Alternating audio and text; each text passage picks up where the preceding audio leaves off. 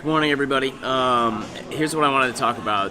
I know this is all about like comedy and sales and all this stuff, but the real thing I want to talk about real quick is like, what is the point of success? Like, what is success? How do you define success? That problem was actually solved thousands of years ago by Aristotle, who is, of course, a philosopher in the Western canon. He was a student of Plato, who was a student of Socrates, and one of his students was Alexander the Great, who actually went on to be the only person in history to conquer both Europe and Asia. Here's what I wanted to talk about. He defined success very simply, and it's something you can incorporate into your life too, and it's this. You have the good life, which is basically success at work, success, you're earning the material things that you have in order to enable your life.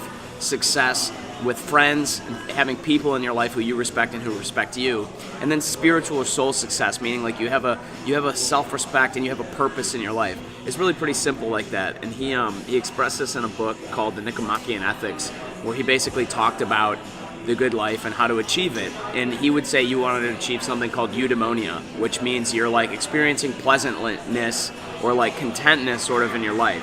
And I think that we get caught up in a rush a lot of just constant, what's the next thing? How do I get the next thing? How do I get the next thing? And especially actually in both comedy and sales. So it's interesting because as a comedian, I always kind of feel like I'm never doing the shows that I really want to do. Like, I just did like a really big show in Chicago called Rat Pack Comedy, and I did it last week. It's something I wanted to do for the whole time I was here, and I finally did it, and I crushed it. I had a great set. It was really awesome.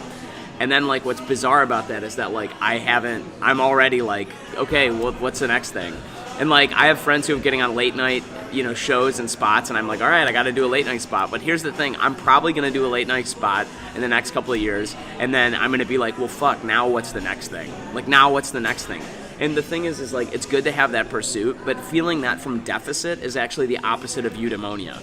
Like, having sales is the same thing. Like, I need to feel content and happy about the process that I'm going through while I'm going through it.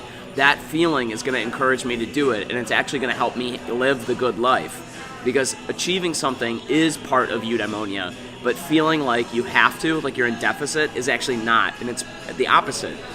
So I would say think about that today. Like, I know this is not the typical fare of me talking about like cold call, or here's how you cold call, or here's how you get this stuff done, but like think about what in your life you're doing from a deficit that you can incorporate and feel some type of pleasantness or contentness around, and how you can start to try to cultivate things that'll help you have the good life. Because when you begin having those feelings, when you're content with the things that you have in the place that you have them, you'll actually receive more from them, especially if you're generous with those feelings, because people attract more people like that into their life, and they attract more opportunities like that into your life. And I don't mean that in like a woo-woo kind of way. I mean like feeling good about who you are and the things that you do is going to lend you more time to do those things, because it's just natural. You'll give more time to the things that you love. Okay, thanks everybody. I'll end this rant, but I wanted you to check this out. Go check out the Nicomachean Ethics, okay? Take care and be well.